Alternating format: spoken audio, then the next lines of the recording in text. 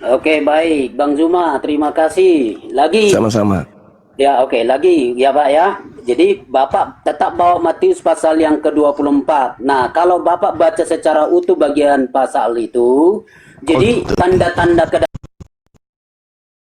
Ya, pengantar ini singkat para sahabat.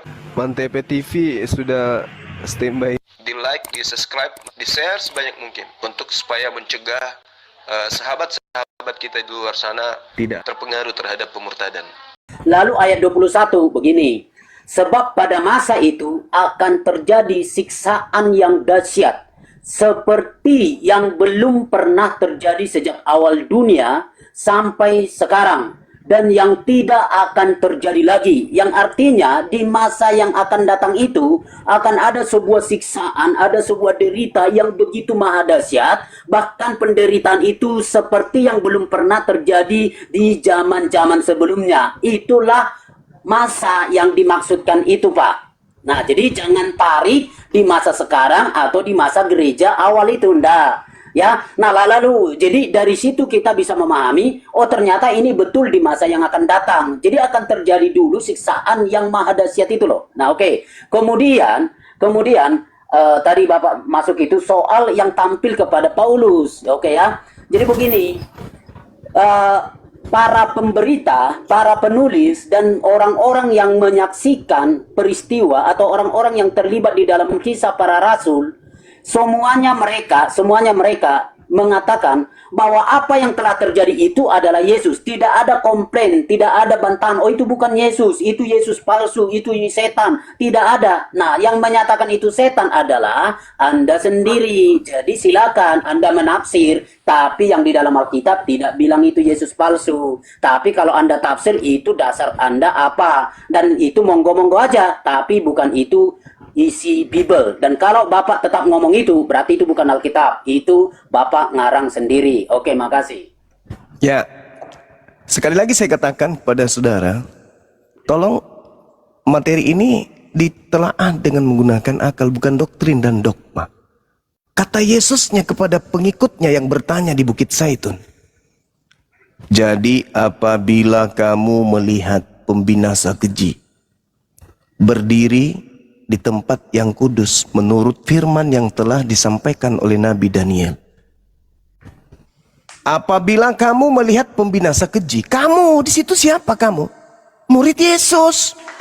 Pembinasa kejinya ini duduk di tempat yang kudus, mengaku rasul, mengaku utusan Tuhan. Seperti yang disampaikan oleh Nabi Daniel. Apa nubuatan Nabi Daniel tentang sang pembinasa keji? Pertama, dia membantah kemudian perkataan sang yang maha tinggi. Paulus membantah hukum Taurat nggak? Membantah. Paulus duduk di tempat kudus nggak? Duduk di tempat yang kudus. Dan dia akan mengganti hari-hari ibadah, hukum-hukum Tuhan digantinya. Paulus mengganti nggak? Kolose 2 nomor 16. Paulus mengganti hari-hari ibadah. Sang pembinasa keji kemudian menghentikan kurban-kurban hari-hari. Paulus menghentikan nggak? Menghentikan dengan menggantikan satu korban satu seumur hidup, yaitu Yesus. Terbukti nggak itu terjadi? Terjadi. Apabila kamu melihat pembinasa keji, pembinasa keji ini maksudnya apa? Orang sudah mulai membantah kehidupan orang-orang Israel karena pola keyakinan, karena pola agama. Terjadi nggak itu kepada Bani Israel? Terjadi. Makanya dikatakan oleh Yesus pada waktu itu, jika ada orang berkata kepada kamu, kamu dong, jangan katakan Yesus itu pembohong. Kamu di situ ya muridnya. Wah, ini tidak terjadi kepada kami. Ternyata Yesus itu pembohong. Ini harus terjadi karena ini nubuat Yesus kepada muridnya. Apabila pada waktu itu jika orang berkata kepada kamu, lihat Mesias ada di sini atau Mesias ada di sana, jangan kamu percaya. Paulus datang tuh, ketepak, hei murid-murid Yesus, ya paman, aku bertemu dengan Mesias ketika aku menuju ke padang gurun Damsik loh. Dia mengutus aku untuk mengajarkan kepada kalian segala sesuatunya loh. Nasihat Yesus kepada muridnya apa? Percaya atau jangan percaya kepada Paulus? Jangan percaya kepada Paulus. Jadi apabila ada orang berkata kepada kamu, wahai muridku, lihat, Kristus Yesus ada di padang gurun, jangan kau pergi ke situ. Atau lihat, Kristus Yesus ada di dalam bilik, jangan kamu percaya. Nah, Yesus jawab, sebab kalau aku yang datang, maka sama seperti kilat yang memancarkan cahaya dari timur sampai ke barat. Demikianlah kedatangan anak manusia aku kelak. Jadi kalau tidak ada cahaya seperti cahaya, kedatangan anak manusia seperti cahaya yang memancar dari timur sampai ke barat, jangan ente percaya. Jadi ketika Paulus datang ketapak, murid-murid Yesus, ya paman, aku bertemu dengan guru lu di padang gurun, dalam bilik penjara.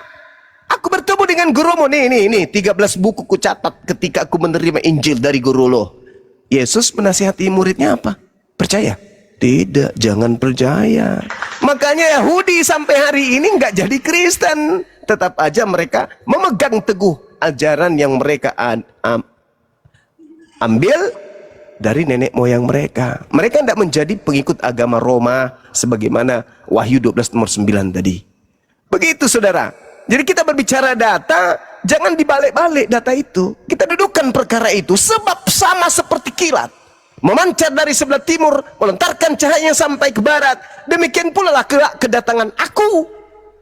Jadi kalau selain daripada itu, mau mengaku Yesus kayak di padang gurun, di mana kayak, kalau tidak ada seperti kilat memancar dari timur sampai ke barat, jangan ente percaya, itu bukan aku. Karena Yesus mengatakan bahwa penyesat itu memakai namaku. Benar enggak makhluk yang datang kepada Paulus mengaku Yesus Kristus? Benar tidak? Silakan jawab. Oke, baik. Lagi, jadi begini, saya tetap konsisten di dalam Matius pasal 24 sebagai dasar Bapa untuk menyatakan bahwa Yesus mengingatkan atas kedatangan Mesias palsu dan ternyata itu sudah datang. Nah, walaupun ayat itu saya tadi sudah bantah bahwa terlalu banyak kriteria-kriteria yang ada di situ, bahwa itu belum terjadi saat zaman sekarang, apalagi di zaman awal gereja. Apalagi Bapak tadi kutip kitab Daniel yang dikatakan sana bahwa nanti akan muncul pembinasa keji berdiri di tempat kudus. Pembinasa keji. Nah, gelar pembinasa keji itu tidak ada tampil di dalam sejarah gereja awal, ya, baik di dalam Alkitab gitu. Tidak ada pembinasa keji di dalam sejarah gereja awal yang disebut, oh ini dia. Nah, apalagi Bapak tuduhkan bahwa itu ternyata, saya bingung. Yang Bapak maksudkan sebagai iblis yang tampil menyamar sebagai Yesus itu, apakah Yesus yang tampil dalam penglihatan Paulus, atau Paulus itu sendiri? Itu juga tidak clear. Nah, jadi yang akhirnya itu mungkin merasa, oh inilah bahwa ini sudah tergenapi, itulah Yesus yang tampil kepada Paulus, itulah Yesus yang asing, Yesus palsu, Mesias palsu. Ataukah itu Paulus sendiri yang Bapak tuduhkan, yang mengubah tadi hukum Taurat dan segala macam. Ingat, kriteria itu tidak digenapi di dalam diri Paulus. Paulus tidak pernah duduk di bait Allah. Paulus tidak pernah di tempat yang kudus itu lalu sebagai pembinasa keji. Dan kalau mau membaca semua itu kitab Daniel dan baca di dalam sampai kitab Wahyu termasuk di pasal 12 tadi, justru kehadiran pembinasa keji itulah yang disebut antikristus. Kata antikris itu bukan saja melawan tapi mengganti. Dia akan berkata akulah Kristus, akulah Allah, gitu loh. Nah, itu tidak disebutkan oleh Paulus gitu. Dan kalau tadi sebutkan lagi itu yang tampil Yesus itu Yesus yang aneh, Yesus yang palsu atau Yesus yang baik gitu kan. Tidak ada di dalam Kisah Rasul pasal 9, hanya Anda sendiri yang ngomong. Itu sebabnya tuduhan Anda dengan tema ini tidak berdasar dan tidak tepat kepada kekristenan. Makasih. Oke. Paulus kita dudukkan sebagai orang yang terindikasi kuat. Karena tak ada lagi yang lain. Duduk di tempat yang kudus, artinya dia mendapatkan gelar sebagai pemuka, sebagai tokoh untuk mengajarkan kebenaran, keselamatan katanya. Rasul gak gampang mendapatkan gelar itu. Dan ini Yesus yang mengatakan kepada muridnya, apabila kamu melihat pembinasa keji, Pembinasa kejinya itu duduk di tempat kudus menurut firman Tuhan. Daniel. Nah, kita lihat dalam Daniel 7 nomor 25. Ia akan mengucapkan perkataan yang menentang yang maha tinggi. Ayo. Siapa yang mengajarkan Paulus 13 bukunya ini? Yang memaki-maki kemudian otoritas ketuhanan yang datang kepada Nabi Musa alaihissalam. Siapa yang mengajarkan Paulus 13 kitab untuk mengatakan hukum Taurat itu sampah? Siapa yang mengajarkan Paulus 13 buku yang mengajarkan bahwa tidak ada orang dibenarkan karena melakukan hukum Torah? Siapa? Anda harus menjawab itu. Dia sang pembinasa keji mengucapkan perkataan yang menentang yang maha tinggi. Kata Yesus, apabila engkau melakukan segala perintah-perintah yang ada di dalam hukum Taurat, maka engkau akan menempati tempat tertinggi di dalam surga. Kata Yesus. Kata Paulus, tidak ada orang yang dibenarkan karena melakukan hukum Taurat. Menentang ajaran yang maha tinggi yang diterima Yesus dari yang maha tinggi. Akan menganiaya orang-orang kudus milik yang maha tinggi. Siapa pelaku penganiaya murid-murid Yesus? Dia berusaha mengubah waktu dan hukum. Siapa yang berusaha mengubah bahwa hukum Torah itu sudah tidak berlaku lagi dengan matinya Yesus di atas tiang salib? Efesus 2 nomor 15. Siapa itu? Bukankah itu Paulus? Kalau bukan Paulus, lalu siapa, saudara? Daniel 11 nomor 31. Tentaranya akan muncul. Mereka akan menajiskan tempat kudus. Tempat kudus ini yang dimaksud siapa, Bung? Rumah ibadahnya orang Yahudi. Bolehkah pemakan babi masuk di rumah ibadahnya orang Yahudi? Bolehkah orang bersunat yang tidak bersunat masuk ke rumah ibadahnya orang Yahudi? Nggak boleh. Tapi menurut Paulus, kalau kamu menyunatkan dirimu, maka Yesus Kristus tidak berguna bagimu. Lalu sang pembinasa keji ini menghapuskan korban sehari-hari. Siapa yang menggantikan korban binatang menjadi korban manusia? Inilah yang dimaksud. Jadi kita kembali kepada pernyataan Yesus terhadap muridnya. Jadi apabila ada orang yang berkata kepadamu, lihat ada Mesias di sini, ada Mesias di sana, jangan kamu percaya. Camkanlah, aku telah mengatakannya terlebih dahulu kepada kamu. Ini nasihat Yesus kepada orang yang jauh setelah Yesus? Enggak dong. Ini ucapan Yesus kepada si penanya yang ada di depannya, yang akan menjadi santapan Kristus palsu melalui nabinya. Jadi Kristus palsu datang kepada nabinya, nabinya datang kepada murid Yesus yang menerima nubuatan tadi. Terbukti nggak itu? Terbukti. Paulus datang setelah Paulus bertemu dengan sosok yang ngaku-ngaku Kristus di padang gurun. Itu fakta. Ngapain Anda kemudian cari di zaman sekarang? Lawang sudah terjadi, sudah tergenapi. Yang datang kepada murid Yesus itu ya Paulus, sang pembinasa keji yang memasukkan aturan-aturan main kepada hukum-hukum Tuhan, 13 kitabnya itu, dan menyesatkan banyak orang. Itulah yang disebut Kristen. Anda coba lihat, ada nggak kemudian sang pembinasa keji duduk di tempat yang kudus hari ini, yang menggantikan kemudian firman Tuhan, yang menggantikan hukum hari-hari, yaitu binatang? Ada nggak selain Paulus? Ada nggak? Jadi ini fakta, saudara. Jangan karena Anda hanya sudah terlanjur jadi Kristen, Anda tidak mau menerima kebenaran. Yesus menasihatkan muridnya ketika ditanya, Guru, apa tanda kedatanganmu? Tanda kedatangan siapa? Tanda kedatanganmu. Apa tandanya? Berarti kalau tidak ada tanda itu, yang datang itu bukan Yesus. Ketika ada sosok datang kepada Paulus, akulah Yesus yang kau aniaya. Pertanyaannya, ada nggak tanda yang Yesus maksudkan? Tak ada. Yesus nggak itu? Bukan. Begitu juga ketika ada yang keluar dari kubur pada hari Minggu, katanya, pergilah ke seluruh dunia. Wah, Yesus datang setelah dia mati. Pertanyaannya, ada nggak tanda itu? Nggak ada. Berarti bukan Yesus.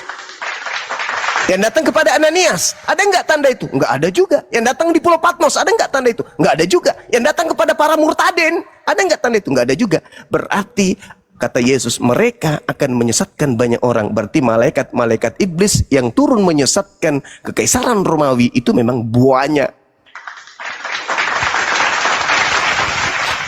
Sederhana bukan? Iya, kalau menggunakan akal. Pertanyaan saya kepada saudara. Silakan Anda boleh bertanya kepada saya. Pak. Yuk, saya lupa nanti Pak. Yuk, oke.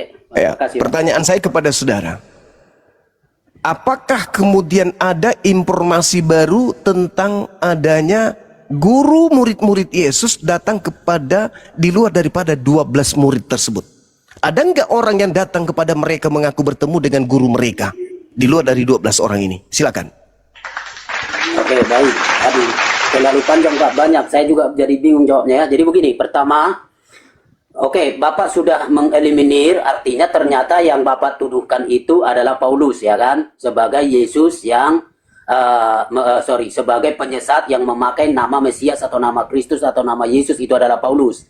Ya, ternyata Bapak tidak berani mau mengatakan itu adalah Yesus tadi, kan? Yesus yang bersuara itu kan? Akulah yang engkau aniaya, Saulus, Saulus itu kan. Nah, berarti kalau Bapak tidak mengeliminir, kalau Bapak tidak menuduh itu salah, berarti Anda setuju bahwa Yesus yang ternyata yang tampil itu adalah Yesus yang benar ya. Oke. Nah, sekarang kita jawab soal Paulus. Apakah Paulus memenuhi kriteria sebagai pembinasa keji? Tidak.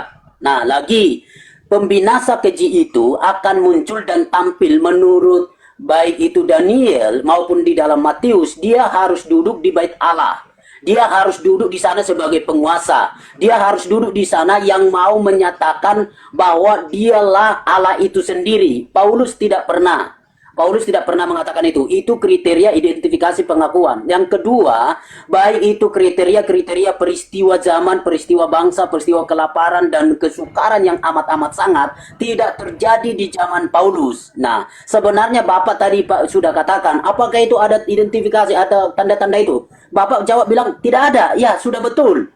Memang tidak ada tanda-tanda kedatangan Kristus itu di situ. Nah, lalu kenapa harus tuduhkan lagi bahwa ada Kristus yang baru di situ? Nah, lalu Bapak akan bilang, oh ternyata ya itulah yang salah. Tidak, karena tidak memenuhi kriteria-kriteria itu, Pak. Jadi itu tetap jawabannya. Nah, kemudian soal Paulus mau mengubah, seolah-olah mau mengubah pola-pola ibadat perjanjian lama dan segala macam. Oke, itu betul. Paulus mengakui itu dengan baik di dalam Roma pasal yang ke-5, pasal yang ke-6.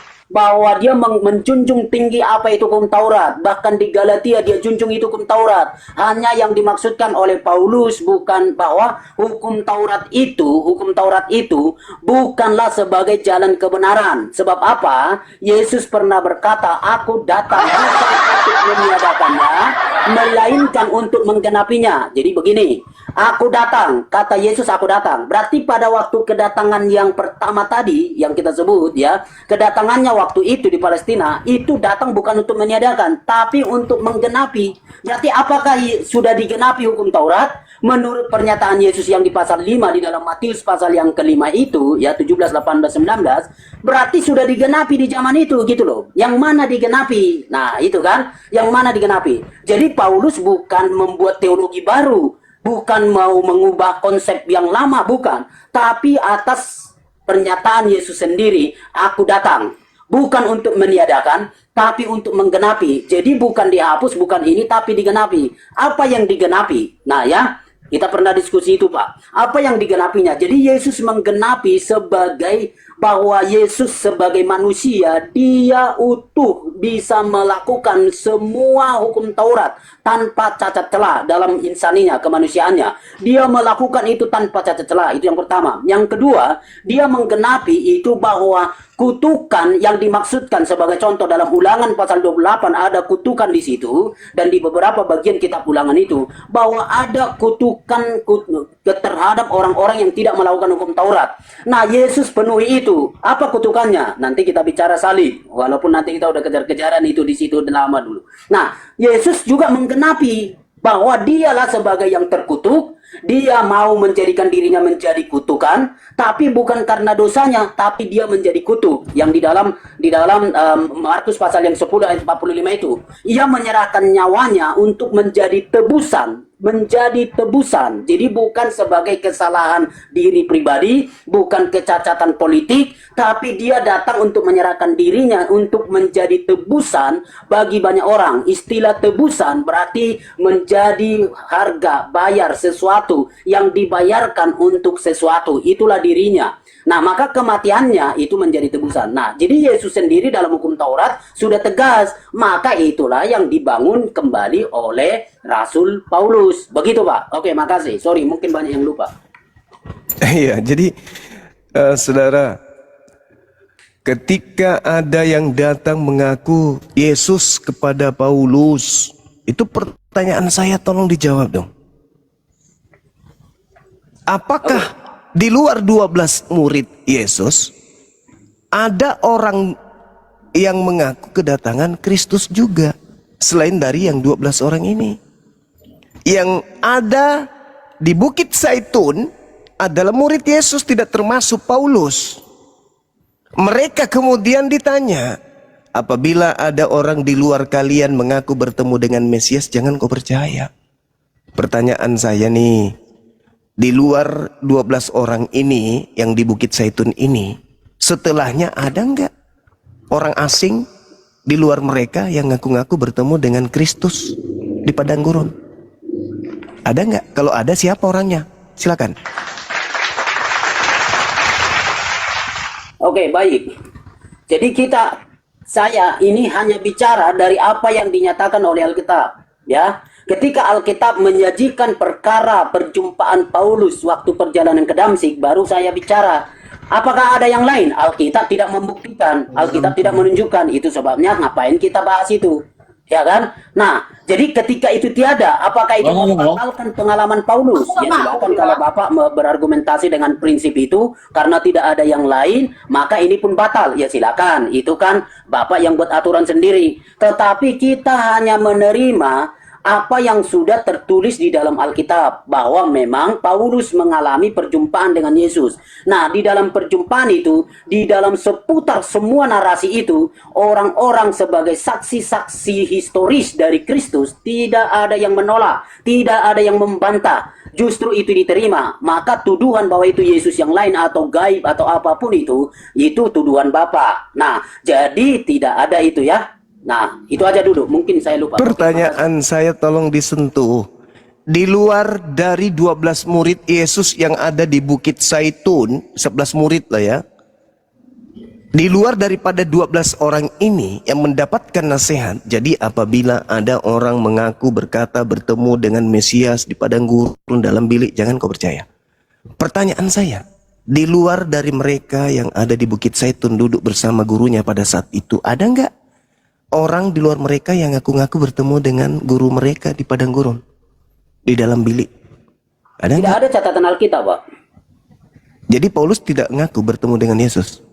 Nah, itu sudah ditulis di dalam Kisah Para Rasul. Kan tadi saya sudah katakan. Berarti di luar yang Alkitab catat ada, tapi tidak ada lagi pertanyaan lain.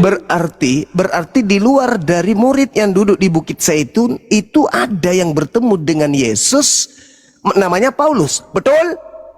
Itu sejarah, betul. Betul. Menurut Yesus, kepada murid yang duduk di Bukit Zaitun, percaya kepada Paulus atau jangan percaya kepada Paulus? Yang sebagai untuk tidak percaya itu kalau mengaku Mesias. Itu kalau mengaku Mesias. Nah, Paulus tidak pernah mengaku Mesias. Dan kriteria tadi kan di awal kita udah bicara itu, tuduhan semua kriteria yang Bapak bilang itu. Paulus, Bapak salah konteks, Bapak salah dasar teks. Jadi kalau Gitu. ada orang yang berkata Mesias ada di sini, bukan mengaku dia Mesias. Mesias ada di sini, Mesias ada di dalam bilik, Mesias ada dalam padang gurun. Bukan dia mengaku Mesias. Pertanyaan saya, apakah di luar dari murid Yesus yang duduk di Bukit Zaitun ini ada oknum yang pernah mengaku bertemu dengan Mesias? Ada. Namanya siapa? Paulus. Pertanyaan saya, murid Yesus mendapatkan perintah percaya atau jangan percaya? Silakan. Oke, baik.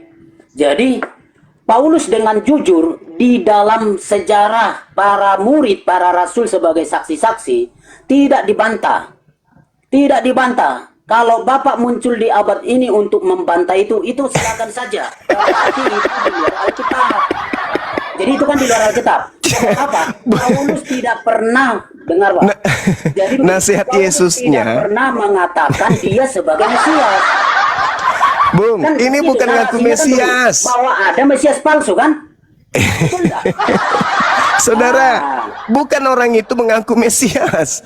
Orang itu mengaku bertemu dengan gurunya, murid-murid Oh. Yesus. Bapak, sorry Pak, Bapak tak konsisten. Tadi di dalam Matius pasal yang kelima, Bapak tidak konsisten. Saya kejar. Apa itu? Pasal 5 begini. Dengar Pak ya.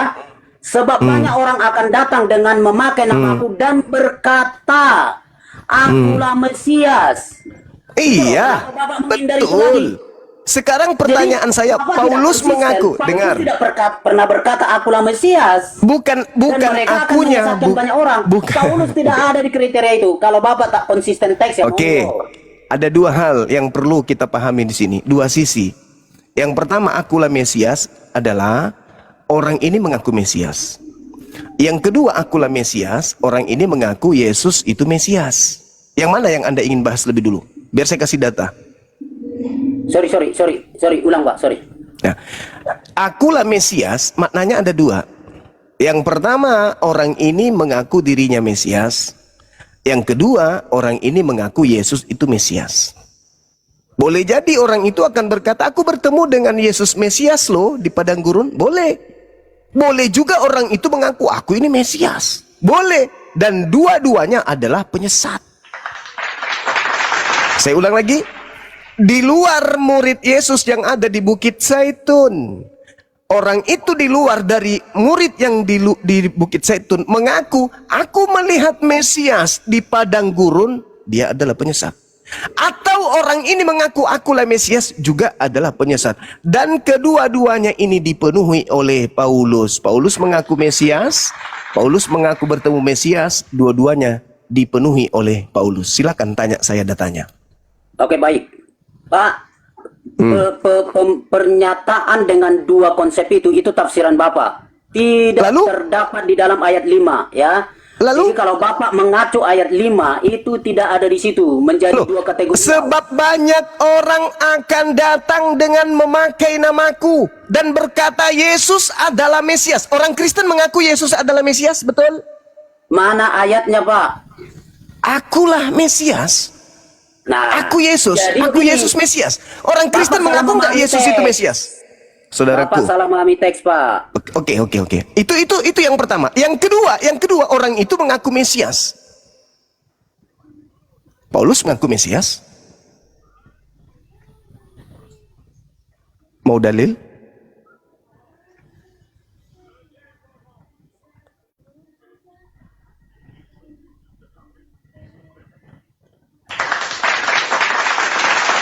Jangankan mengaku Mesias, Paulus bahkan mengaku sebagai Bapa di dalam Yesus Kristus.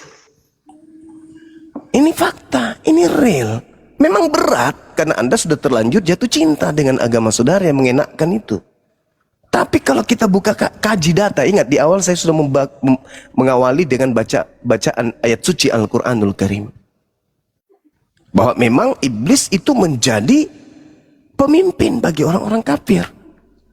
Dan Yesus mengatakan iblis datang menyesatkan memakai nama dia. Di luar dari 12 murid yang ada di Bukit Zaitun, atau di luar dari murid-murid yang ada di Bukit Zaitun, Paulus mengaku enggak Paulus ini bertemu dengan Mesias? Mengaku. Mengaku enggak yang datang kepada Paulus itu ngaku Mesias? Ya, akulah Yesus yang kau aniaya. Ngaku kan? Ngaku. Berarti yang datang kepada Paulus ini adalah penyesat. Dan Paulus percaya. Kenapa Paulus percaya? Karena Paulus bukan masuk dalam kategori murid.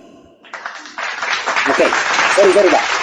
Saya supaya jangan banyak, mohon maaf Pak, bukan mau motong, tapi supaya banyak.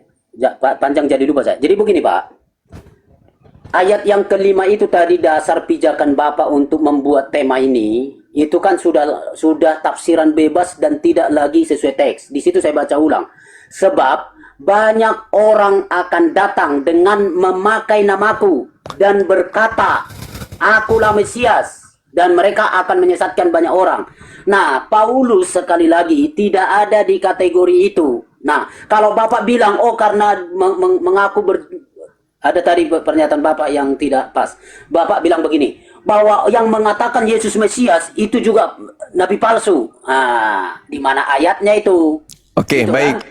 Begini Oke. saudara, dengarkan saya dulu. Gini, ada dua, di luar daripada tragedi di Bukit Zaitun itu, ada dua pelaku. Yang pertama, yang datang kepada Paulus, itu pelaku. Akulah Yesus yang kau aniaya. Pelaku. Boleh dikatakan dialah yang menyesatkan banyak orang. Masuk kategori itu enggak? Masuk. Pelaku kedua, Paulus, menyesatkan banyak orang dengan memakai nama siapa? Nama Yesus Kristus. Termasuk nggak? Termasuk. Dua-duanya termasuk. Oknum yang datang kepada Paulus termasuk, Paulus pun termasuk. Mari kita kaji. Makhluk yang datang kepada Paulus mengaku Yesus ini, apakah itu anak Maria? Bukan. Apa buktinya? Kita lihat di dalam Ibrani 9 nomor 28. Demikian pula Kristus hanya satu kali saja mengorbankan dirinya untuk menanggung dosa orang banyak. Sesudah itu, Kristus akan menyatakan dirinya sekali lagi. Kapan? Akhir zaman. Nanti ketika mau kiamat. Kalau begitu, siapa yang datang menyatakan diri kepada Paulus? Itu bukti ya. Itu bukti yang pertama. Bukti yang kedua, di dalam Yohanes 16 nomor 7 nomor 8, adalah lebih baik jikalau aku pergi. Sebab kalau aku tidak pergi, maka roh kebenaran itu tidak akan datang. Berarti Yesus harus pergi. Setelah Yesus pergi, yang datang siapa? Roh kebenaran. Yang datang kepada Paulus siapa? Roh kebenaran atau ngaku Yesus? Ngaku Yesus. Dua bukti akurat. Yang ketiga, waspadalah kepada penyesat yang datang kepadamu memakai namaku dan berkata, akulah Kristus. Tergenapi enggak? Tergenapi. Akulah Kristus yang kau aniaya. 3. Yang keempat, di dalam Matius 24 nomor 23 nomor 24, Kristus palsu akan datang melakukan tanda yang dahsyat dan mujizat-mujizat sekiranya menyesatkan orang-orang pilihan juga. Kristus palsu akan datang melakukan tanda yang dahsyat. Dahsyat enggak ketika dia datang hanya berupa cahaya dan suara? Akulah Yesus yang kau aniaya. 4 poin ini tergenapi oleh oknum yang datang kepada Paulus. Sekarang kita bahas Paulus. Benarkah Paulus ini adalah korban yang juga penyesat? Korban dari penyesat yang datang kepadanya sehingga dia juga menyesatkan orang lain. Kita lihat di dalam catatan muridnya. Kisah Para Rasul 9 nomor 22. Di situ ternyata yang dimaksud Kristus adalah Paulus.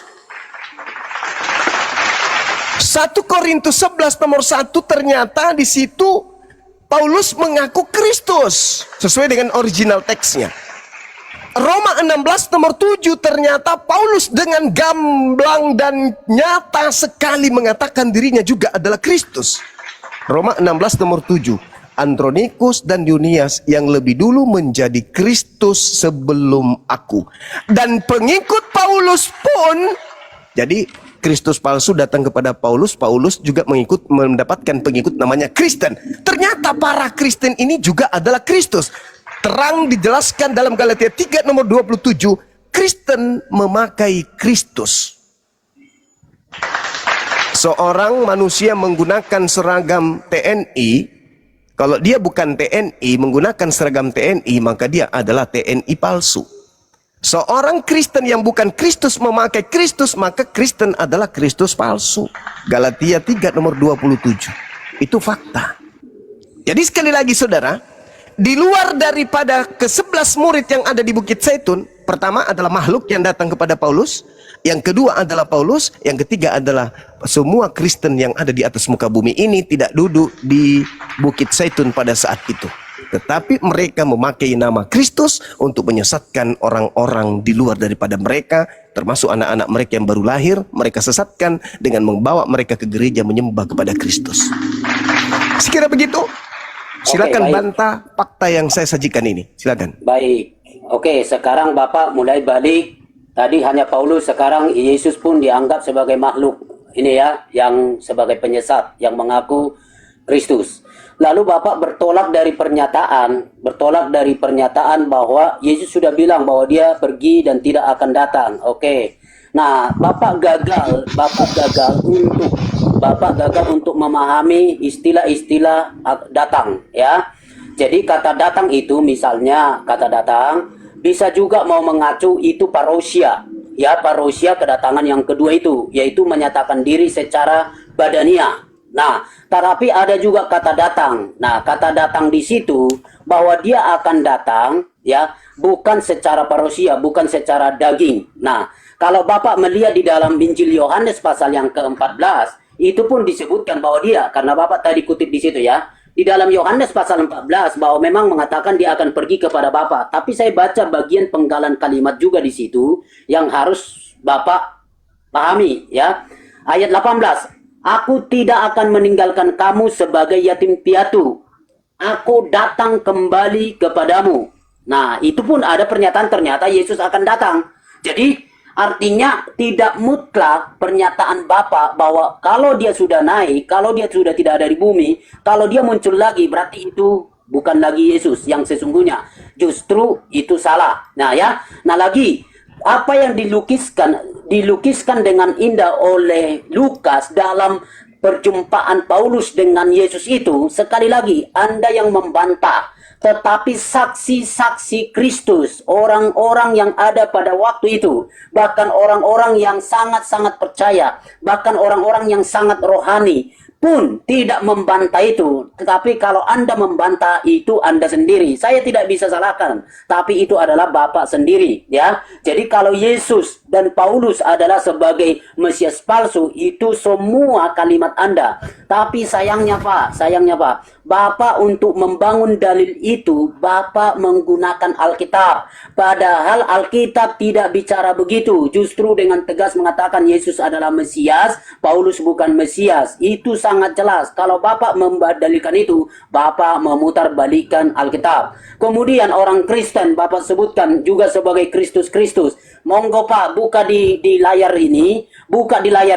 Kalau tidak cukup bahasa Indonesia, buka aja bahasa aslinya. Apakah betul bahwa Paulus atau orang-orang Kristen secara kaidah penggunaan bahasa Yunani yang benar dan yang baik, apakah betul orang Kristen atau Paulus pernah mengaku sebagai Mesias atau Kristus? Coba buka aja. Jika tidak ada lagi, berarti Pak Zuma, Bang Zuma hanya ngarang terus. Semua tadi saya sudah bantah. Oke, makasih. Oke. Silakan, ada yang bisa buka kamera?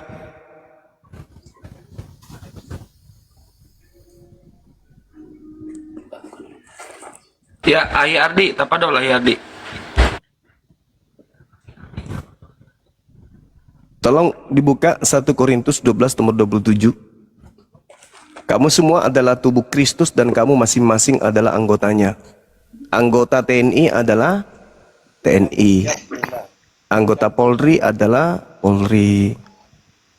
Silakan. Ya, silakan. 1 Korintus 12 nomor 27. 1 Korintus 12:27 ya Gurunda ya. Iya. Kok nggak masuk sih? Cek. Mana? 1 Korintus 11:27.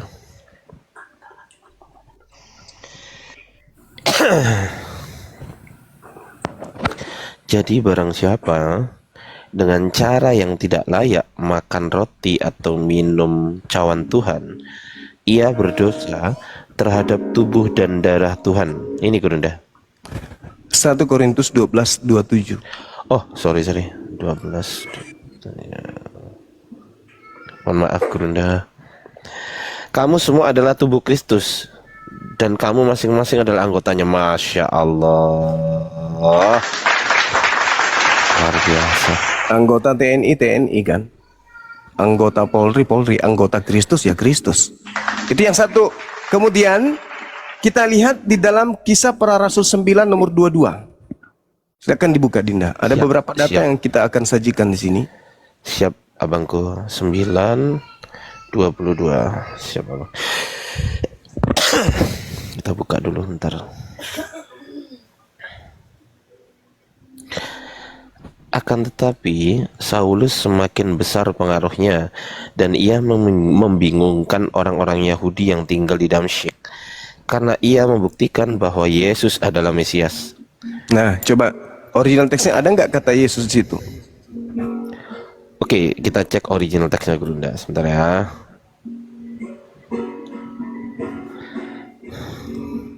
(9:22). Ini ya.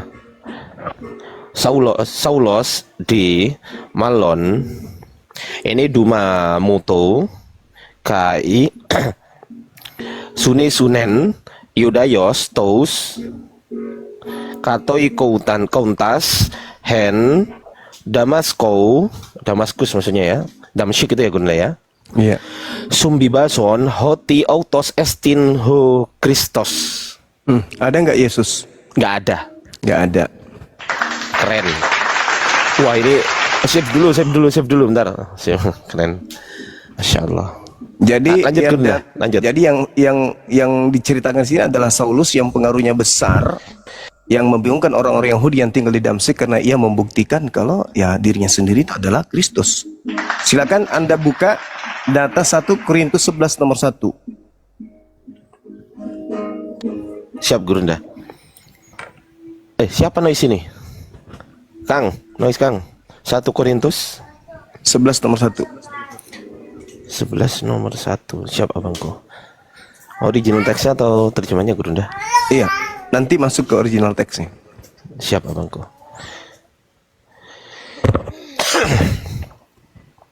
Jadilah pengikutku sama seperti aku juga menjadi pengikut Kristus. Waduh, mantap. Coba original teksnya. Ada nggak pengikut, kata pengikut? Pengikut. Nggak ada, yang ada Kristus. Nggak ada Kristus. Nggak ada pengikut.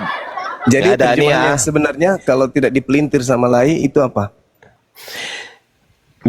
Mimetai mau gineste apa ini? Katos kago Kristo. Ini kalau nggak dipelintir berarti ya teladani aku sebagaimana aku Kristus.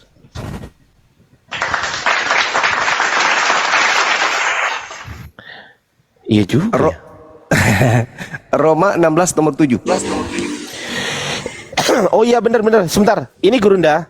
Ini betul ini. Ini Kristus betul. Gurunda benar. Karena bukan Kristianos ya Gurunda. Kalau Iya. Kristianos baru pengikut ya. Pengikut. Ini bukan Kristianos ini teman-teman. Wah, udah dapet tembakan baru. Sip. Ya lanjut Gurunda. Apa? Roma 16 nomor 7. Roma 16 nomor 7. Salam kepada Andronikus dan Yunias, saudara-saudaraku. Mohon maaf batuk Gurunda. Sebangsa yang pernah dipenjarakan bersama-sama dengan aku, yaitu orang-orang yang terpandang di antara para rasul dan yang telah menjadi Kristen sebelum aku. Waduh, ada Kristen Gurunda. Ya, Kristen itu original teksnya apa di situ? Dalam menjadi Wah, Kristen. Jadi terjemahan yang sebenarnya apa? Sebelum dipelintir sama lai. Ya Kristus, Mesias. Terjemahan lengkapnya? Salam kepada Andronikus dan Yunias, saudara-saudara. Sebangsa yang pernah dipenjarakan bersama-sama dengan aku, yaitu orang-orang yang terpandang di antara para rasul dan yang telah menjadi Mesias sebelum aku. Kristus. Menjadi Kristus. Bukan Kristen ya. Kristus ini. Ini original teksnya di sini menggunakan omega, teman-teman. Jadi ini nomina sakranya menggunakan omega, Kristo, bukan Kristianos. Lanjut, Gurunda. Kita lihat yang terakhir Galatia 3 nomor 27. 86 abangku. Tapi mohon maaf. Agak batuk, Gurunda.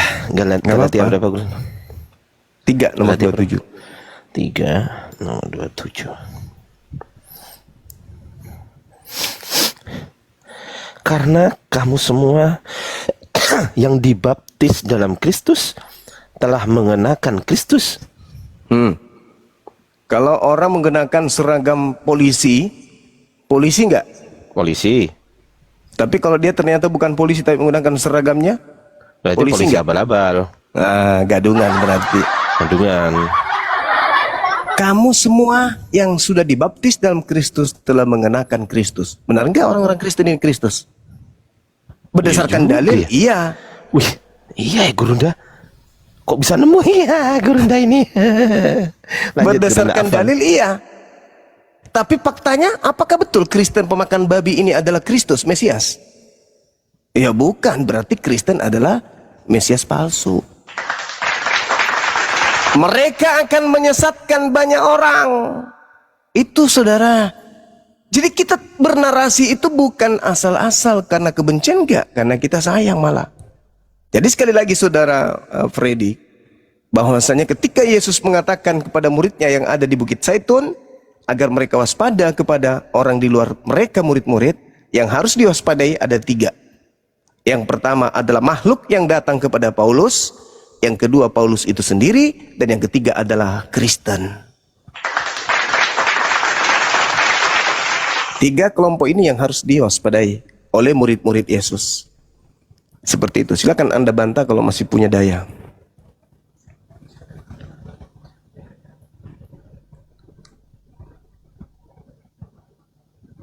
Oke, baik. Pertama, ayat yang Bapak baca di pertama soal konsep tubuh Kristus, ya. Itu bukan Kristus, tapi konsep tubuh Kristus.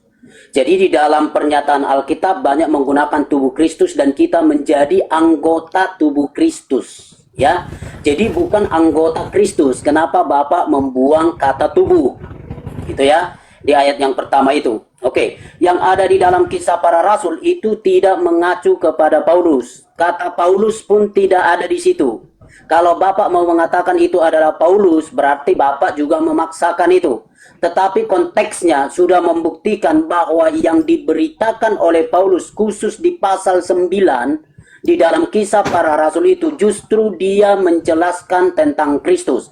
Di dalam semua pemberitaan dia pun di dalam seluruh Kisah Para Rasul, bahkan di dalam semua surat-suratnya, bahwa dia mau menyatakan bahwa Kristus itu adalah Mesias. Jadi, kalau Bapak mau mengatakan bahwa Pauluslah sebagai Kristus, Bapak memaksa ayat di situ. Oke. Kalau ketiadaan kata Iosou di sana, ada di sana kata ganti. Jadi, kata ganti yang ada di sana tidak mengacu kepada Paulus dan tidak ada kata Paulus juga di situ. Nah, saya kira itu. Maka yang lain-lain pun sama, bahwa penggunaan kaidah bahasa Yunani pun Bapak itu tidak sedang menyatakan sebagai kata benda.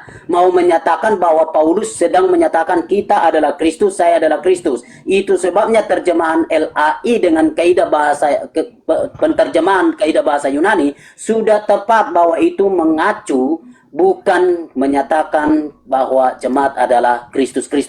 Dari gereja mula-mula, bahkan gereja mula-mula, bukti-bukti historis, bahkan sampai sekarang ini, tidak ada pengakuan apapun yang menyatakan bahwa orang Kristen adalah Mesias, bahwa orang Kristen adalah Kristus, bahwa mereka adalah Mesias palsu. Itu tidak ada. Semua itu hanya tafsiran dari Pak Juma. Itu saja. Oke, makasih. Saya sudah sajikan data. Kalau Anda mengatakan itu tafsir, ya silakan aja. Justru Anda yang menafsir, bukan saya. Silakan Dida. Gurunda, saya nggak terima Siap. ketika Gurunda dituduh tadi mengatakan itu bukan mengacu kepada Paulus, Gurunda. Izin Bang Friday, Boleh Oke, baik. disimak di sini. Kagu ini artinya apa, Bang?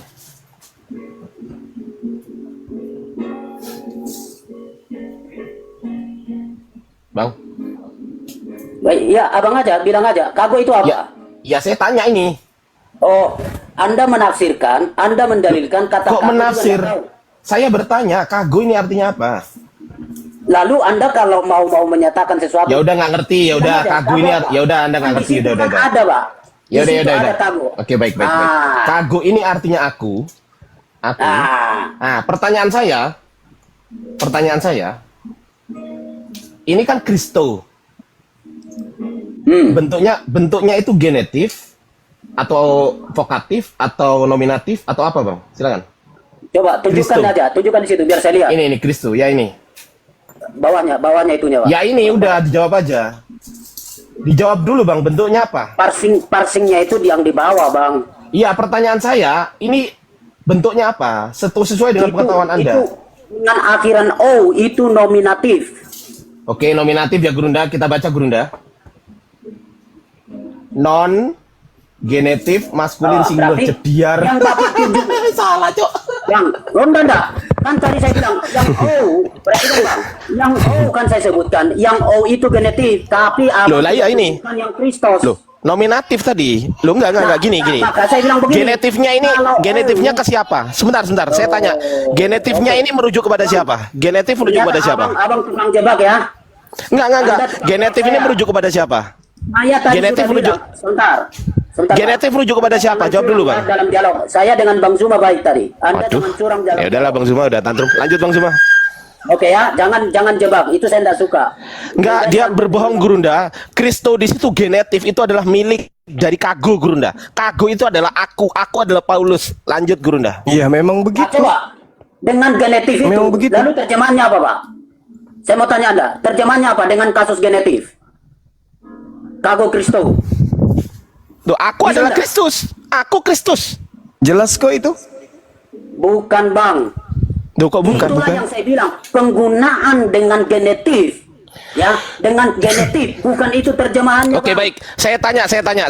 Apa bedanya Kristus dengan Kristianos dengan Kristo? Apa bedanya? Jawab. Kita mau penggunaan kaidah atau doktrin? Nggak ngerti dia, Bang. Nggak ngerti. Lanjut, Bang Zuma. Saya tanya Anda, itu Abang mau tanya doktrin atau kaidah penggunaan bahasa Yunani? Kok doktrin? Nah, ampun. Kan saya tanya, saya mau loh, cuman saya mau menghilang karena Abang tukang jebak. Kalau Bang Juma kan bukan tukang jebak. Jadi Ya enak. sudah, diskusi. intinya Anda sudah terjebak. Saya terima kasih. Lanjut ke Bang Zuma. Bang Zuma, Nah, izin, iya, Gurunda. justru itu yang saya tadi bilang, sorry Bang Juma ya. Saya tidak enak dengan beliau ini. Kita dijebak. Tadi saya sudah sempat bilang kalau itu Kristo dengan akhiran O, saya bilang kan, itu nominatif. Ternyata yang Bapak buka yang di bawah. Salah. Akhiran O itu bukan nominatif. Akhiran O itu genetif di situ. Yang Ya, justru akhiran itu os. itu. Salah. Itulah yang tadi Ngomong saya dua bilang. kali, salah dua kali ini gimana, Gurunda? Bukan, Gurunda ini. bukan. Aduh. Justru Lanjut. Abang tadi jebak saya.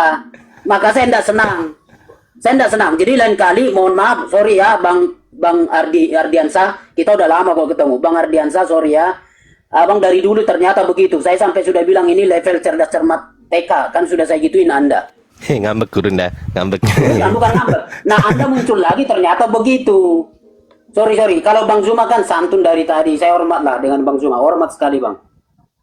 Ya. Thank you ya. Sorry Bang Ardiansa juga ya. jadi begini kita, sorry. Dari kondusif jadi enak. Thank you Bang Zuma. Tadi Oke. tema Bang Zuma itu agak bagus, Bang. Tentang hari mualaf itu. Ya, kita diskusi bagus lah ya. Karena saya tahu hati Bang Zuma ini kan sebenarnya mau baik di negeri ini kan. Lalu itu muncul. Ya, memang jadi agak polemik. Tapi maksud saya di dalam kaidah Abang itu kan ada istilahnya, sorry ya, mungkin kalau saya salah dan saya tidak pakai bahasa Bapak, lebih banyak untungnya atau ruginya, lebih banyak baiknya atau buruknya, kan itu kan perlu juga sebagai pertimbangan kan, supaya tepat seperti yang orang bilang win-win solution gitu kan. Jadi enak kita beragama yang berdampingan ini, Bang. Gitu. Mana Bang Zuma? Iya, silakan, silakan. Nah ya, jadi begitu Bang. Karena saya coba lihat cuplikannya, lihat cuplikan di awal itu, mungkin itu dimulai tahun 2018 ya. Kan itu kan tetap begini, terima atau tidak, kan kayak dan Abang Zuma tadi juga singgung bahwa kita tidak mengakui Yesus yang lahir atau jadi anak Allah, begitu kan? Kalau itu kita ikut setuju, berarti kita mengakui bahwa ada Allah yang datang atau apalah tadi itu ya. Nah, kalau begitu nanti Abang juga akan bantah semua perayaan-perayaan Kristen, Paskah juga. Kalau begitu kita mengakui bahwa Yesus itu adalah Mesias atau yang mati di atas kayu salib, kita buat lagi hari apa? Nah, itu kan tendensius, Bang. Tendensius. Takutnya begini, sorry aja. Saya juga, mohon maaf ya, saya juga senang dengan argumentasi yang santun. Saya juga tidak senang dengan argumentasi yang... Enggak, ini mau kabur dari Kristus tadi, Gurunda. Bukan Bang, bukan. Saya pengajar Bang ya, sorry kalau mau, saya pengajar. Pengajar kok nggak ngerti bahasa Yunani, pret. Bang, Abang boleh diskusi kita soal bahasa Yunani, cuman saya dijebak tadi ya. Sorry aja. Walaupun saya bukan pintar, saya bukan ahli, tapi saya berusaha belajar. Nah begini, nah jadi kan, jadi bingung saya tadi mau ngomong juga Bang Zuma ini. Jadi Bang Zuma, kalau begitu dalilnya, berarti nanti semua hari-hari perayaan Kristen pun kan pasti akan dibantah. Nah lalu di dalam agama itu kan pengakuan konsep Tuhannya kan ada, yang Hindu, Buddha, agama-agama yang lain kan juga ada. Nah kalau itu ada, berarti juga dibuat hari tertentu untuk membantah itu, seolah-olah kita setuju dan segala macam. Padahal kan kita dalam konteksnya bernegara, bukan sebagai beragama yang sedang berapologet Bang. Kita ini sedang bernegara ya. Saya juga tidak setuju kalau ada dari kalangan kami membabi buta menyerang-nyerang agama Abang. Saya juga tidak terlalu setuju. Saya sendiri tidak pernah dalam dialog kita kan bawa kitab suci Quran apa begitu. Saya tidak mau karena itu ranah Abang gitu ya. Ranah di Abang. Kalau kita duduk santai ngobrol-ngobrol tatap muka boleh, tapi kalau begini kan tidak bagus. Nah itu kesannya Bang. Jadi silakan saja, walaupun itu bebas-bebas saja, bebas. Tapi kan kebebasan kita tetap ada aturan-aturan bahwa kebebasan kita tidak melanggar haknya orang, begitu kan. Nah kalau misalnya begini dibalas teman-teman Kristen, nah lalu dibuat nanti hari tertentu di situ. Di hari-hari besar Abang lah, misalnya begitu, dibuat lagi hari apa begitu, kan tidak enak kita juga. Saya juga tidak setuju itu. Cuman itulah yang mau kita hindarin. Nah ya Bang, ya, salam saya, hormat saya kepada Bang Zuma sebagai yang dituakan, dihormati di kalangan Abang. Jadi saya tepat rasanya ngomong itu kepada Abang. Karena kita ini sudah kondusif. Memang pengaruh TikTok ini kita jadi ribut Bang. Ya di akar rumput ribut semua, yang satu jadi rame, yang satu rame, serius Bang. Baru kali ini saya enak lagi dengan Bang Zuma. Saya senang sekali Bang Zuma, enak sekali. Ya biasanya kan makasih saudara. Iya senang saya. Cuman tolonglah suarakan yang kondusif itu Bang. Ya saya mau Abang tanya soal Alkitab, saya kan sangat-sangat open membicarakan. Dan saya tidak mau bicarakan agama Abang. Saya hormati sekali itu. Gitu Bang. Cuman pesan saya, kenapa tanggal 25 itu harus tepatnya di situ, dan itu kan tahun kan kalender Gregorian gitu kan. Setahu saya kalau salah mohon maaf. Setahu saya hari raya atau hari-hari besar yang berkaitan dengan keyakinan Abang, agama Abang, itu kan bukan berdasarkan kalender Gregorian gitu loh Bang. Gitu kan. Jadi kami sangat hormat lah di perayaan Abang. Kami tidak mau ganggu itu. Nah, demikianlah maksud saya kenapa harus begitu. Dan karena Abang sebagai yang ditokohkan sebagai ini, ya menurut saya Bang, dipikirkan lagi lebih baik banyak ininya apa, lebih baik banyak baiknya atau buruknya. Kan kita sedang menjaga negara kita ini Bang. Thank you Bang ya, makasih Bang. Tadi saya sempat dengar paparan Abang. Oke, Ya. makasih saudara Freddy. Jadi gini, itu tidak akan pernah muncul hari-hari perayaan Kristen akan dihidupkan juga perayaan dari kami. Itu tidak ada. Kenapa hanya ada tanggal 25 Desember ini? Karena tanggal 20 Desember itu dipercayai sebagai hari lahirnya Allah menjadi manusia, atau Allah memiliki anak. Kecuali orang Kristen ingin jujur mengakui bahwa yang menjadi Yesus itu adalah dewanya orang Roma. Oke, selesai. Selesai. Kita cabut hari mu'allaf itu. Kalau orang Kristen mengakui bahwa lahirnya Yesus di tanggal 25 Desember adalah lahirnya dewa matahari atau dewa orang Athena. Aman berarti. Tapi selama mengatakan Yesus anak Allah atau Yesus anak Allah, maka selama itu juga tanggal 25 Desember kami akan putuskan sebagai hari mu'allaf sedunia. Itu kok masalahnya, bukan masalah yang lain. Kenapa bisa demikian? Karena kami didasari dalil. Laqad ji'tum syai'an idda. Sungguh kamu telah membawa sesuatu yang sangat mungkar.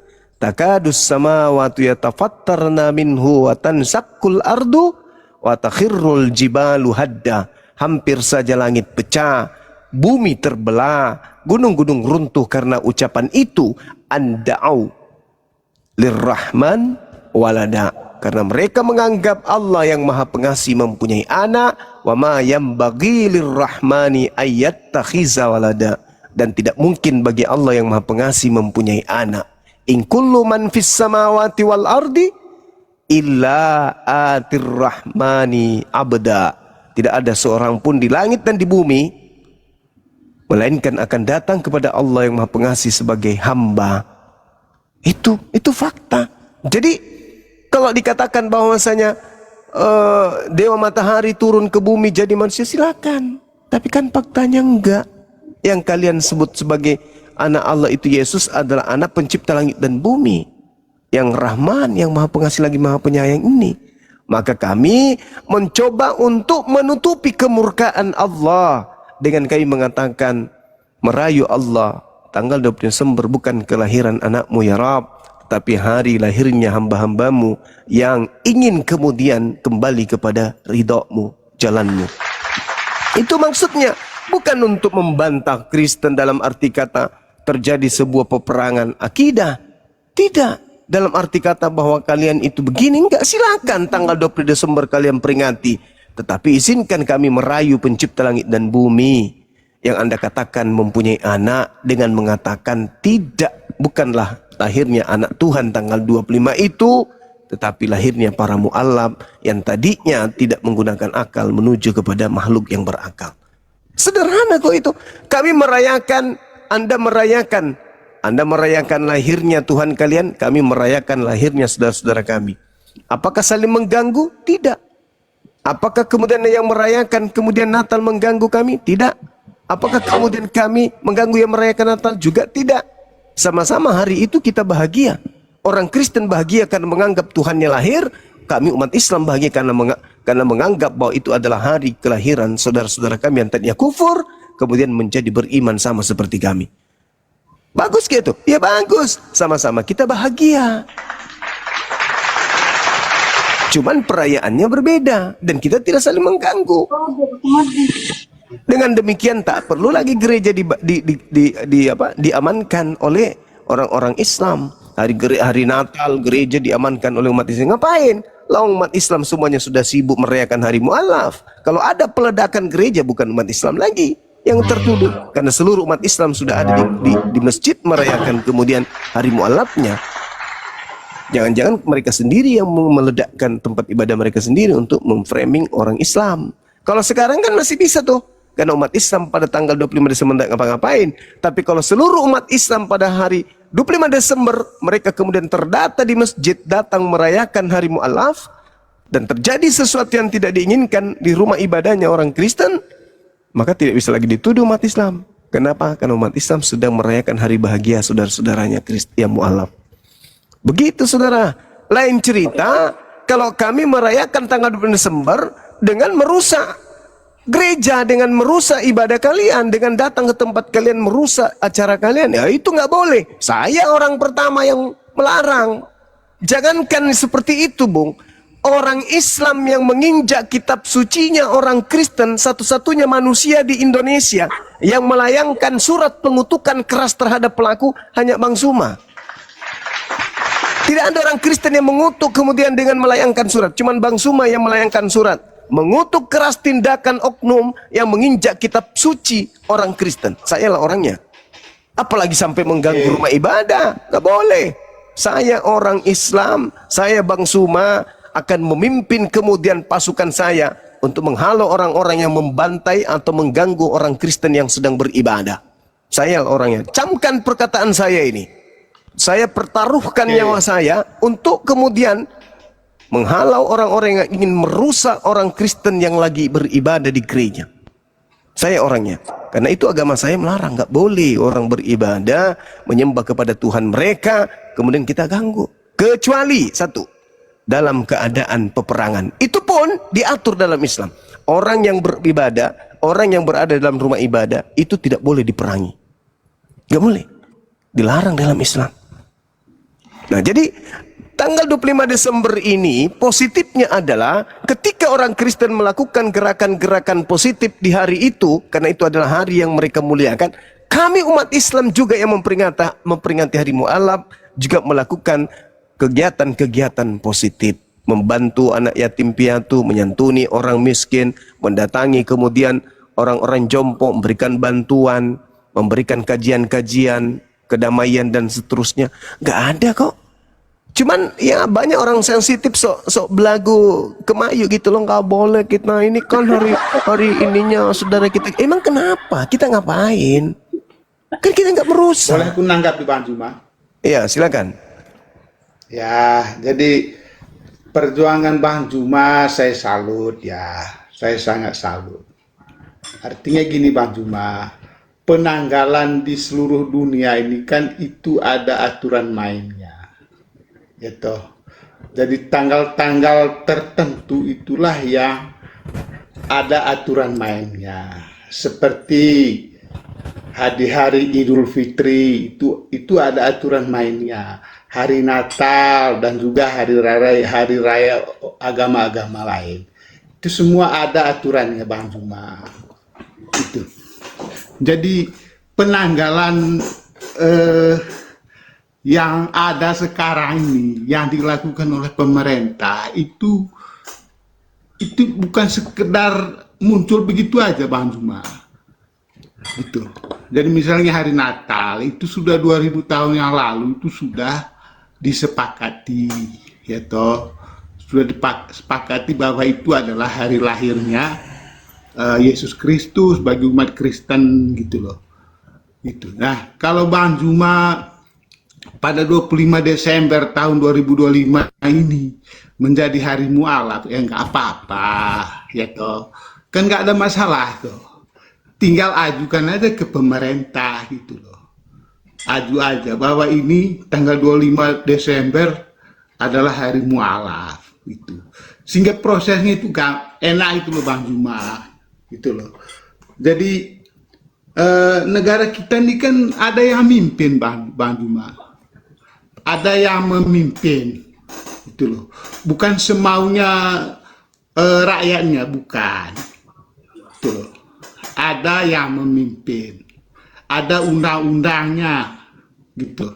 Jadi Ya betul, ada undang-undangnya. Ikhwan potong dulu dikit ya, 2.500 yang memandang di sini. Aku infokan terlebih dahulu, Sekretaris Umum Apologet Islam Indonesia sedang kesusahan, sedang dilanda ujian. Nah ini tempat kalian untuk fastabiqul khairat, membantu laptopnya kembali benar. Karena di laptopnya Akhi Ardiansyah, yang bisa kalian lihat yang namanya Yunani ini, itu banyak data-data kantor, data-data yayasan juga, sehingga nanti agak terhambat yayasan dalam paperworknya, terutama sertifikat mualaf. nah, jadi Dan itu juga yang ada masalah, tunggu. Dan ada masalah juga itu data-data bubukin Tritung mengenai manuskrip-manuskripnya kehambat juga. Kalian tadi kan lihat dialog di Majid nggak ngeluarin data Akhi Ardiansyah karena laptopnya rusak, Ikhwan. Jadi mohon dibantu. Pertama untuk recovery data SSD-nya rusak, sama beli SSD baru itu sekitar 5 juta lah. Alhamdulillah sudah terkumpul 1,7. Jadi tafadhol kalian yang ingin fastabiqul khairat, silakan ke rekening yang tertera di atas nama Ardiansyah Arif Ikhwan ya. Gitu. Thank you. Mari lanjut lagi bubukin Tritung. Iya, Bang Aldi, silakan dilanjut dulu Bang Aldi. Ya, terima kasih Semua Gurunda ada Juma aturan. dan juga Negara Waalaikumsalam. kita ini ada Terima kasih Gurunda Juma dan juga Aki Kores dan juga Kang Gian Santang yang sudah memberikan kesempatan. Gurunda izin teman-teman, bagi yang sekiranya ada rezeki yang lebih, ya silakan dibantu di nomor itu di atas itu, 0972 spasi 079 spasi 156. Berapapun bantuan dari antum, Masya Allah, saya ucapkan terima kasih, karena memang ini musibah besar bagi saya, teman-teman, karena data itu luar biasa mahal menurut saya. Jadi terima kasih yang udah bersedia membantu berapapun jumlahnya. Terima kasih ya Bangku. Gurunda, saya kembalikan kepada Bang Zuma. Oke, makasih Bang. Iya, Bang Zuma, lanjut dari ngobrol-ngobrol santai kita itu. Iya, sebenarnya yang Abang paparkan itu sangat-sangat diterima akal. Hanya kan mungkin tetap ada sisi baik ya. Saya menghargai, menghormati itu. Hanya memang kan juga tetap memikirkan hal-hal yang di dalamnya. Takut saya begini, sendi-sendi kebersamaan kita di NKRI ini begini, akhirnya teman-teman dari Kristen jadi cari-cari akal. Mereka udah buat begini, kita buat aja begini, gitu loh. Nah, akhirnya kan balas-balasan, itu yang saya maksud.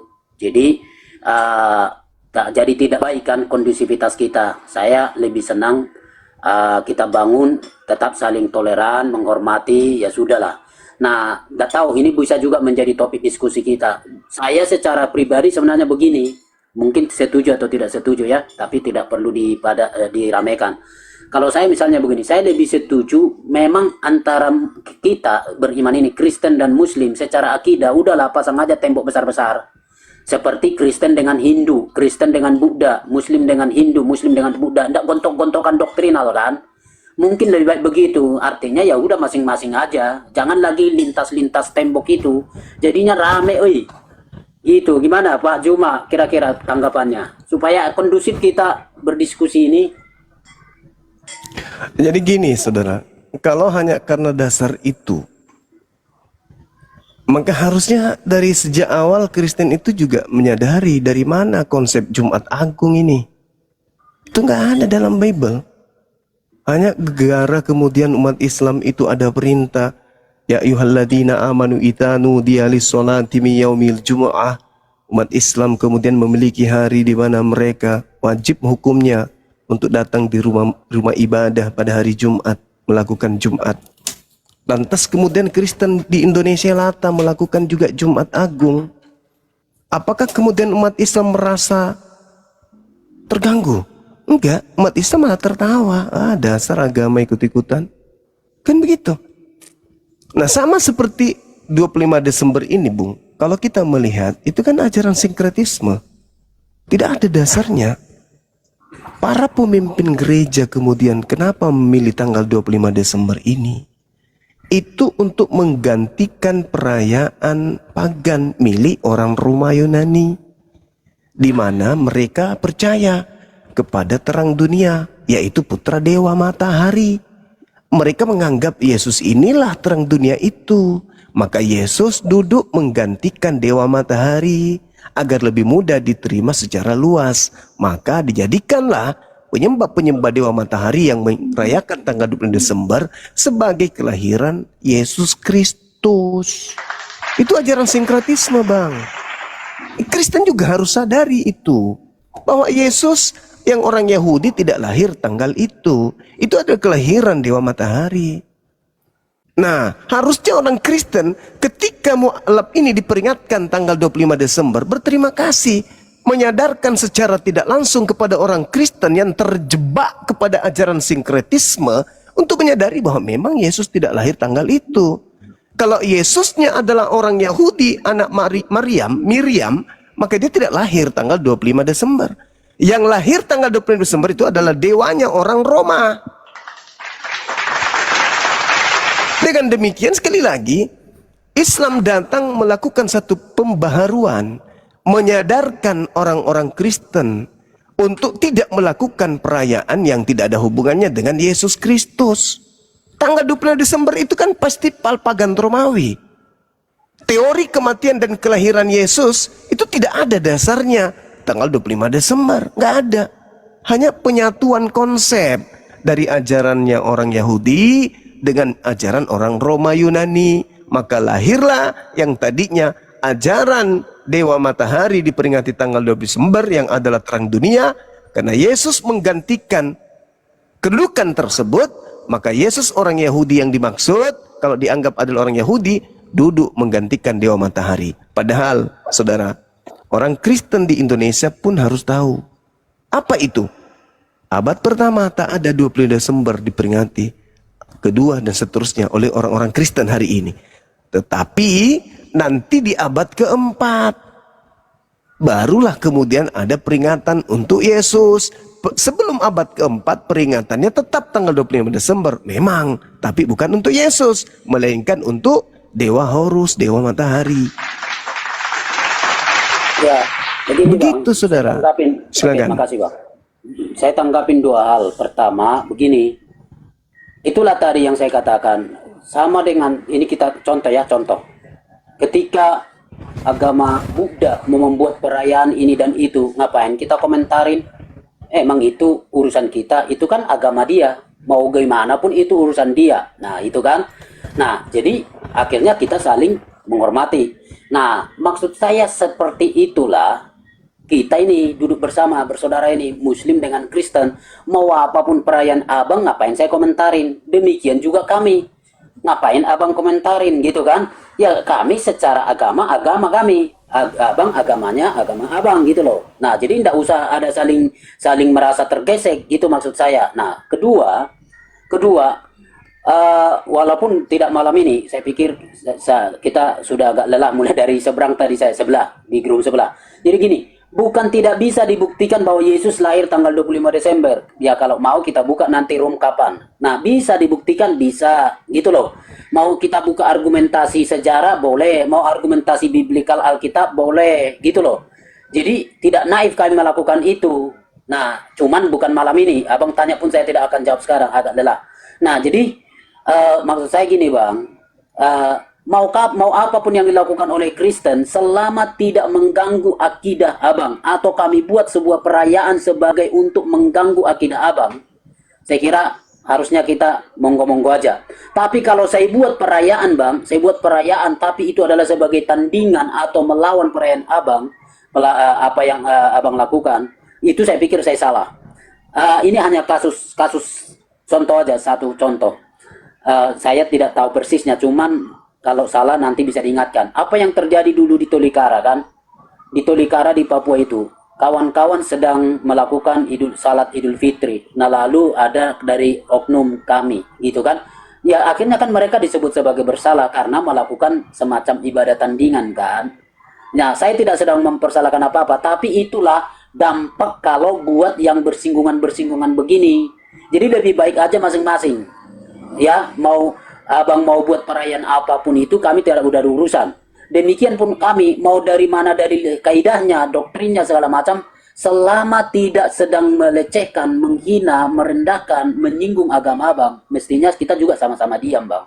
Itu saran saya bang. Maka tadi itu saya bilang, mungkin kita satu kali berdialog, membangun, udahlah, yang agama Kristen ya Kristen, yang agama Muslim, termasuk di dalam akidah. Ya termasuk di dalam akidah.